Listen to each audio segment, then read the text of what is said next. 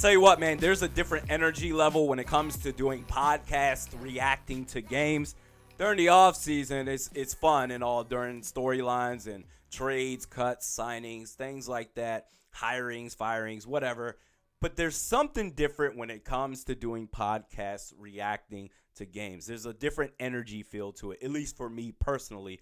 And I'm going to react to the Vikings and the Arizona Cardinals preseason game on Saturday, yesterday. Now, let's start with the positive takeaways from that game first. Number one, Dalvin Cook showed you why he is going to be the 2019 Vikings MVP for next season or this upcoming season, because he is going to be the difference maker for this offense. And this offense needs to take an incredible step forward if this team is going to really compete for a championship. The defense, we are assuming, there's still a lot of question marks there. I'll talk about that in a little bit. We're assuming the defense is still going to be good, and I would say rightfully so for the most part. The offense is what needs to step up, primarily a balanced offensive attack. And Dalvin Cook, when healthy, is one of the best running backs in the league when healthy. It's just injuries it's really hampered the start, the great start that he could have to his career. He's really up there with one of the best in the league in terms of running backs. The 85-yard run, that was all well and good, but he's kind of like a silent thunder, if that makes sense. He lays out the boom, lays the wood. He's just north and south runner, really good footwork, very technically sound, but he's not animated about it. He's not jumping up and doing cartwheels when he gets a first down or anything like that. He just gets back to the huddle and goes to the next play. That's why I call him the silent thunder, if that makes sense. But anyway, Dalvin Cook, he showed you why he's going to be the 2019 Vikings MVP. Number two, the offensive line. I thought they played well outside of Rashad Hill. Good Lord, I hope Brian O'Neill gets back sooner rather than later whenever he's healthy. Definitely don't rush it back. But this dude, Rashad Hill, has just been stockpiling penalties after penalties throughout this entire season. I thought they played really well, the offensive line did. They had a lot of really good plays, a lot of good push in the run blocking and in pass protection as well. The only concern I would have is, and that includes Pat Elflein as far as playing well, but the only concern that I have with the offensive line, I don't know if this falls on the offensive line or if this goes on Kirk Cousins or maybe the captain of the offensive line. There seem to be some spurts of miscommunication on blocking assignments. For instance, Josh Klein technically gave up a sack on Kirk Cousins or to Kirk Cousins yesterday. And when it initially happened, I said, come on, Josh, what's going on? So let's see what the replay shows. They showed it, and you know how when offensive linemen, they'll double team a really good star edge rusher. They'll go after the star linebacker, whatever it is. They'll take two offensive linemen to cancel that one-star defensive player out. Well, it was kind of the reverse in that situation for Josh Klein. You had two rushers coming after Josh Klein. So I don't know if there was miscommunication, if there's a captain on the offensive line that's supposed to call those assignments pre-snap, or if that's Kirk Cousins' responsibility to say, hey, 52 is the mic or whatever it is. But outside of that, they need to work on that, and that goes back to that 3rd and long against the Seattle Seahawks last week where everyone was out of sorts and all of the defensive line came after Kirk Cousins. So that's the one concern I would have. But outside of that, I thought they played really well. Number 3, I haven't been taking shots at this dude. I've just been kind of like whatever about him. But I got to give this dude some credit. Alex Madison, I've been really impressed with him. He's shown that he can really fill the shoes of Latavius Murray. Very solid. Just under 4 yards per carry this preseason. So you want to see that step up a little bit. But a very physical running back. I'm very impressed with him. Number 4, Mike Boone, man. Mike Boone, I think he solidified his spot at the running back at the RB3, can certainly serve as a third down pass-catching running back. I think he pretty much solidified his spot at the RB3 position, but I need to know how Amir Abdullah has done in practice. So I just want to check on that first. But no, in all seriousness, Mike Boone, he is going to be your RB3. And how about that? He just has the potential to make big plays at any moment. It's really, really fun to watch. He's had a big play in all 3 games of the preseason so far for your Minnesota Vikings. And how about he made a tackle in special teams coverage. I think it was on a punt coverage. He made a tackle out there, and I'm like, good golly, okay. So, well, obviously with the big plays, I was already sold. But making a tackle in special teams as well, yeah, man, you need to keep this dude. I like Mike Boone a lot. I'm a big Mike Boone fan. Number 5, Kyle Sloter. He balled out. Now, the only reason why I'm saying this is because last week, after reacting on YouTube Live to the Seattle Seahawks game, I said, you know what, I'm done talking about Kyle Sloter. I know that he's going to ball out next week against the Cardinals, but I'm done really talking about him just because I know the team is going to screw him over and Sean Mannion is going to be the backup quarterback, even though he really doesn't deserve it. He really doesn't. Not outright like everyone else is making it out to be. So I was really done talking about it. And what happened a couple of days ago, that happened. I'm over it. And so after that happened, I said, okay, I'm really, really over it now. I'm done talking about Kyle Sloter. He's going to ball out. And he did. But something happened during that game. It's almost like the world is just like taking a stick and poking us Kyle Sloter fans, saying, hey, look at this. Something happened during that game with the broadcast crew, Vikings versus Cardinals. And it happened while Sean Mannion was on the field. And Paul Allen, and I'm not sure who the other color commentator was. I think Paul Allen, he's the play-by-play guy, if I'm not mistaken. And there's another color commentator out there with him.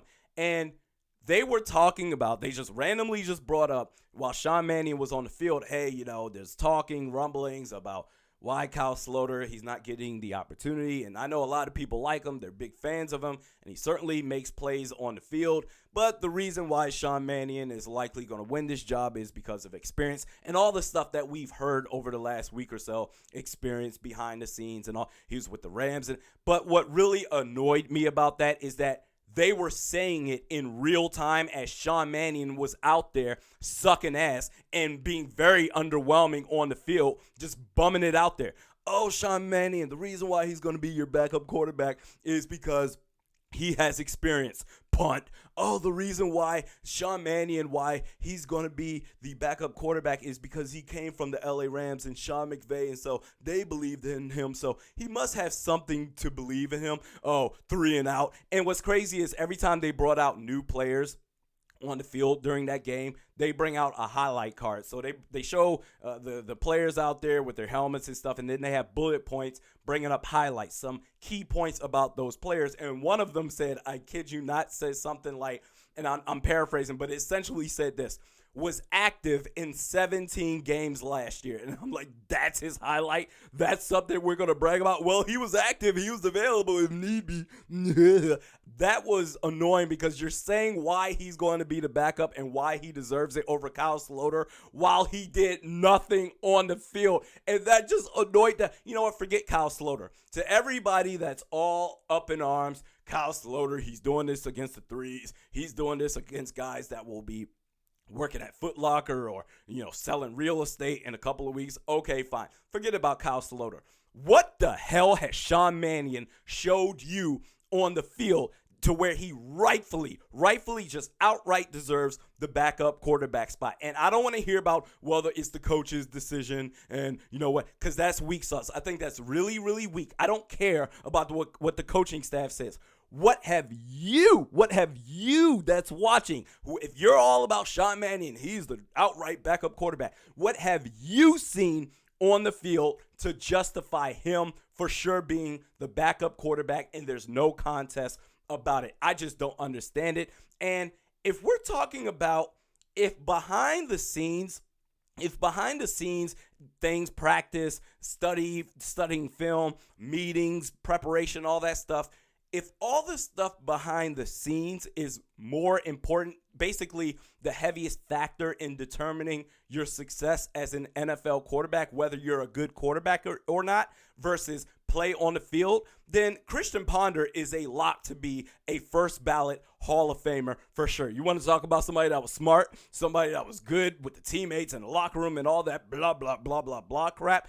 And for everybody that's saying Kyle Sloter, well, he's doing this against the threes. If he does it against better competition, it probably won't work out. Look at Sean Mannion, dog. Sean Mannion, all due respect, as a football player, sucks on the football field. He absolutely sucks. He has been horrendous and ineffective against the twos. Against the twos, he has done nothing. Now imagine if Kirk Cousins were to go down and Sean Mannion had to come in against the ones, faster, stronger, better competition where he already does nothing against the twos. How do you think he's going to do against the ones? Now, we already know Sean Mannion, he's going to be the backup quarterback for whatever reason. Are you judging and questioning the coaches? You damn right I am. I've been questioning it's my opinion, okay? What I see on the field is what I see on the field, and if I see something, I'm going to ask a question about it if the team goes the opposite way. They're not going to listen to me. The team, they're not going to listen to the media. They're going to do whatever it is that they see fit. But this whole idea, I can't question the coach. You damn right I am. That includes Gary Kubiak. What the hell do you guys see on the football field that Sean Mannion does that Kyle Sloter doesn't do? That's all I'm saying. And eventually when Sean Mannion is named the official backup quarterback for your 2019 Minnesota Vikings, this is going to be the greatest insult to the intelligence of a fan base in the history of mankind. I have never seen anything like it. So that's enough with the Kyle Sloter front. Now we're still on positives. Okay? We're on a nice little roll here. What are we on? 15 minutes now? Okay, let's keep it rolling. Defensive side of the ball. Stephen Weatherly, I thought he had a nice game switching from defensive end to defensive tackle and nickel packages. He had a pass deflection in those situations as well, so he had a pretty good game. And this guy that I've been crapping on for years, credit where credit is due, this dude had a really, really good game. I was very impressed by him. Anthony Barr, he had 6 tackles, very, very all over the field. I think he almost forced one. Well, no, he forced one fumble. It looks like they just didn't call it. But it looked like when he was going after Kyler Murray on a rush attempt, going out on the edge before he went out of bounds, Anthony Barr, I'm pretty sure he punched it out, and it just went out of bounds. So Anthony Barr, he was all over the field for the quarter and a half that he played. He was very, very impressive. I just need to see consistency out of that for 4 quarters, over the course of 4 quarters, over the course of a 16-game season and beyond in the playoffs. So he had a really good game. And lastly, the positive takeaway that I have on the defensive side of the ball and just overall, and it's Jaron Kearse. And before I go into this, I'm going to add something new to this. So now that I'm back in the studio, I can add all the bells and whistles. I'm super excited to do this. We're going to add the play of the game. So now when I'm on this channel, when I'm reviewing the games, I'm going to have a little mini segment in between the play of the game, double R play of the game segment. And this is going to be on Jaron Kearse, who has had an outstanding, a phenomenal preseason. We already knew how good he was. He's been on this team for a couple of years now, but he has been, oh my God, he's been all over the place. I've been very impressed with him. But there's one, now, here's the thing. With play of the game, you could easily just say it's Dalvin Cook. I get that. The 85-yard run, I get it. That's and there's no argument from me on that. However, I'm going to go with Jaron Kearse because of this. And we're going to use this play. This was on 1st and 10. So this was a 1st and 10 play. This was at the Arizona 32-yard line. So Kyler Murray, he's in the shotgun formation. He snaps the ball, fakes it to his running back. It's like a read option, whatever. He keeps the ball, moves outside of the pocket to his right, and Jaron Kearse, that is his edge. That's his side. That's his assignment to make sure that Kyler Murray doesn't go anywhere or any receivers get in the vicinity of that area. So it's literally mano-a-mano, Jaron Kearse and Kyler Murray. So Kyler Murray has 2 options. Because of his legs, he can take off if he wanted to, or he can still run outside the pocket a little bit more before throwing the football. So Jaron Kearse, he recognizes that the quarterback, Kyler Murray, still has the ball in his hands. Kyler Murray moves out to his right. Jaron Kearse recognizes that Kyler Murray is planting his feet. So you can make the argument that Jaron Kearse took a potential scramble away from this guy. He reset his feet, and because of that, he was able to get full motion, full power to make a leap, to stop a pass and bat the ball down for a receiver that was intended. That pass was intended for a receiver that was about 13, 14 to 15 yards behind him. He used his whole power to knock the ball down. So he eliminated a possible scramble, because if he over pursued, that's the thing right there. If he over pursued, then Kyler Murray could just juke him out and run for a first down easily. But he stayed disciplined in that factor. And because of that, he took the scramble away. He had the edge set off to where he was able to make a play on the ball, forced Kyler Murray to throw the pass. He made the play on the ball. He couldn't have played that play any better. That was so technically sound of Jaron Kearse. I jumped off the couch when I saw that. And the other reason why I'm saying this is play of the game is because these are the types of plays that we need against mobile quarterbacks. We have been getting decimated by these Russell Wilsons, these Mitch Trubisky guys. All these, we're going up against Patrick Mahomes this year.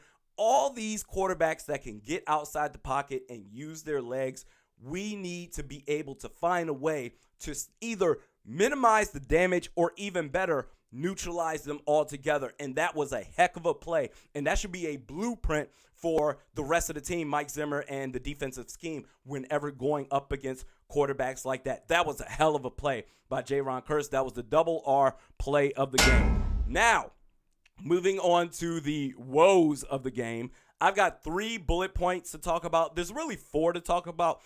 The one of them I really don't care about, but we'll talk about all 4 of them. Number 1, wide receiver 3. Does anybody want this damn job? If you remember going into the preseason, this was really Chad Beebe's job to lose. And I even thought after last week's game against Seattle, where Chad Beebe still didn't really do much, that, well, you know what, this is still going to be his job. But now after dropping a potential first down conversion on a third down play, he dropped it. So you had to punt the ball away. After that, I'm saying to myself, nah, man, I'm sorry. You hadn't made plays all preseason, and you drop a wide open pass. Nah, man, I'm super good. BC Johnson, he was nice, but no one's been consistent. Yesterday against the Cardinals, BC Johnson, he was nice. One game, it's Brandon Zylstra. I like Brandon Zylstra a lot. And then another game, it's Jeff Badette. Does anybody want this damn job? And I can't believe I'm saying it. I wouldn't even be surprised if Laquan Treadwell still ends up being our wide receiver 3, because if everybody else is going to be inconsistent or dropping passes, then damn it, you might as well, I can't believe I'm saying this, you might as well have a dude that can also block on the field. Even though he drops passes, he can block. No one else really can. So I'll take that. But this has been such a disappointing battle competition for that spot, wide receiver 3. I don't even give a damn who wins it now at this point. Number 2, and really you can make the argument this is really number 1, but I just want to get the wide receiver 3 argument out the way. Kirk Cousins. Damn it, dude. Listen, the brain farts on the field, they have to stop. They have to stop now. Mistiming your throws, throwing the ball to God knows where. Where's your head at? There are no more excuses. And you know what? I didn't even call out the missed screen pass that he had last week against the Seattle Seahawks. I think it was Alex Madison. Dude was wide open for a screen, could have turned it into like 10 yards, and he just flat out missed them altogether. And I know Zimmer, he got up on the podium and said, well, you know what? I don't remember if it was Dalvin Cook or Madison or someone else out there that they missed a screen pass again with the running back. Well, you know, the running back, he was supposed to be outside of the DN. He was an inside. He was supposed to be outside. Either which way, Kirk Cousins, I don't give a damn. You still should have completed that. And you had Stephon Diggs. You missed him for a touchdown, for an easy, quick 6. Dude had his man beat, and you had excellent pass protection up front. There are no more excuses for this dude. You have Gary Kubiak. They've added players on the offensive line. The offensive line is better. They are developing a more balanced offensive scheme. They are going to be really focusing on the run for this, or for the run for this offense. So this is really going to be a run-first offense to open up the passing game. So with that said, the defense, we're expecting that to be good too. With that said, there are no excuses for you, dude. Everything is put together right now for you to be successful. And if you still screw up, because I'm sorry, and you had it looked like you just quit. You didn't really have any fight in you during that game.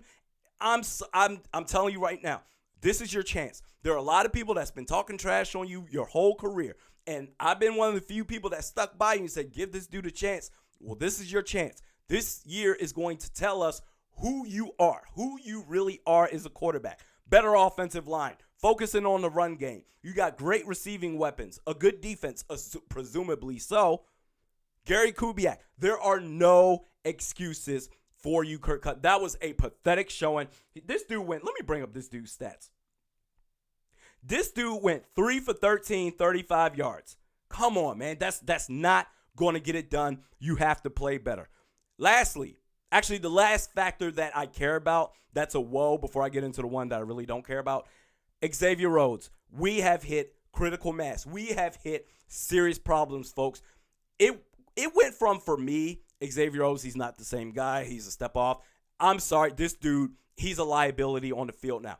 This dude is getting burnt by dudes that no one knows about, nationally speaking, outside of Arizona. Nobody knows about these receivers outside of Larry Fitzgerald. You're getting beat for 30-plus yards here, 15 yards here, giving up 2 first downs, 2 big plays. What is up with this dude?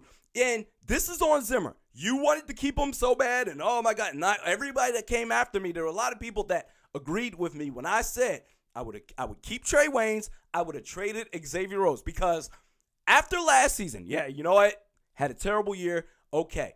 There was still the mystique of hope with Xavier Rhodes around the league. Still the mystique of hope. You know, he had a down year, but there's a chance he could bounce back to his 2017 form. Hope as in, you know what? Let's get him around our defensive back coach. Let's get him in this defensive system, and we're going to get that shutdown corner again. There was still that. That trade value made him so valuable when it came to potential trading. Now, he's like a car. Every single game that he's out there, he depreciates in value. This dude is slow. He can't keep up with anybody. He is a liability. Think about this. Trey Waynes, he'll give up a play here, but he'll make up for it for 2 plays over here. Mackenzie Alexander, he can be a liability in coverage, but he offers so much more on the football field. If Xavier Rhodes is terrible in coverage, what does he offer you? In press coverage, if he's going up in press coverage, he either is not aggressive in the press coverage anymore, or he's just not good enough anymore, where wide receivers, they're getting clean releases off of him, and all you need is a half step in front of him, and you've got him beat. He will be left in the dust. Or if you play him off soft coverage 5, 6, 7 yards back, then if I'm a quarterback, I'm hitting that wide receiver on a screen pass right away. Boom. I'll take those 5 or 6 easy yards, and I'll do that every single time. He is now a liability on the field, or he's drawing penalties. I can't take it with this dude. We are in serious problems, and this is on Zimmer, okay? You put all your eggs in bat. The loyalty, that's the thing. Loyalty can catch up with you. This is on you. You want him so bad, he better perform. There are no excuses. This dude is looking awful, just god awful. This conversation needs to happen. I've got receipts of everybody that came after me talking about Xavier Rhodes. Oh, you know, he's gonna bounce back. No, he's not. No, he's not. He has been terrible, and we're going up against the Falcons to start week 1. We need safety help, and that limits Harrison Smith or Anthony Harris to be able to maybe switch off, because the thing is, when you have Harrison Smith or an Anthony Harris to switch off and come down to the line of scrimmage or playing the linebacker role as an extra linebacker, you had the luxury to do that because your cornerbacks, mainly Xavier Rhodes, could stick with their man in coverage. Now with Rhodes being absolutely terrible in coverage, dude, he is getting burnt by everybody. Now, if you put a single high safety up top, if I'm the opposing quarterback, go route. whoever that receiver is, don't matter how good you are, go route on Xavier Rhodes. I'll bomb it up. You'll catch it or you'll draw a defensive pass interference call. He's looking terrible out there, folks. There's no denying it. And you know what? You could have traded him and got something for this dude. And every single game that he's out there depreciates in value. I'm sorry. It just is what it is. So those are the three woes that I'm really taken aback by. Wide receiver 3, Kirk Cousins, and Xavier Rhodes. Now, here's another woe that a lot of people may care about. I don't, because I'm quite honestly dead inside. Kari Vedvik looked terrible. It basically could have been a platypus out there kicking those shanks of field goals. Shank left, shank right. That was about as anticlimactic as a debut since Joe Webb. You guys remember Joe Webb in the playoffs after they clinched, beating the Green Bay Packers at, I believe, the Metrodome at the time. So they go to Lambeau Field to play the Packers. And Joe Webb comes out. And I said, you know, this is probably going to be a tough game. We're probably going to lose this. But the very first drive that we had, Joe Webb came out on that field doing read options. We were moving the ball up. And I was saying, okay. And I think we ended up putting it. But we got like 2 first downs. And I was, okay, this Joe Webb guy. The rest of the game, he was basically, what was the dude's name? The dude that played at Kansas State, drafted by the Tampa Bay Buccaneers. Josh Freeman. He's basically Josh Freeman against the New York Giants the rest of that game against the Packers. And I said, womp, womp. That just took the life out of me. That was the same thing with Kari Vedvik. This dude, and quite honestly, I had no expectations when I knew that we traded a 5th-round pick for this dude. I said, I don't care what kicker comes to Minnesota. I trust no kickers. I'm dead inside. I can't be hurt by kickers anymore. But I was still intrigued by him because he's got a big leg. Oh, the Chicago Bears, they may have been going after him. Okay, let's see what this dude got. He's a punter and a kicker. Oh, he can do both. Let's see what he got, okay? And that was so underwhelming. He was basically the Sean Mannion of kickers yesterday. So our kicking game is still in shambles. It looks like we're going to roll with Dan Bailey, maybe make a call to Matt Bryant. I have no idea, but I'm over the kicking game. I don't care. You can't hurt me anymore. So, yeah, it's a concern in the bigger, broader scope of the spectrum with the Vikings, but me personally, I don't give a damn. So that's it. I'm so glad football is back and that I'm able to react to these games. You guys don't realize this by now. If you're watching this on YouTube, I do an extended audio podcast. The link to that podcast will be in the description of this video. Up next, I'll talk about Andrew Luck and him suddenly retiring from the NFL. That came out of nowhere. Realistic Randy, Mediokr Best Sports Podcast. Follow me on Twitter at realistic_Randy. Andrew Luck coming up next.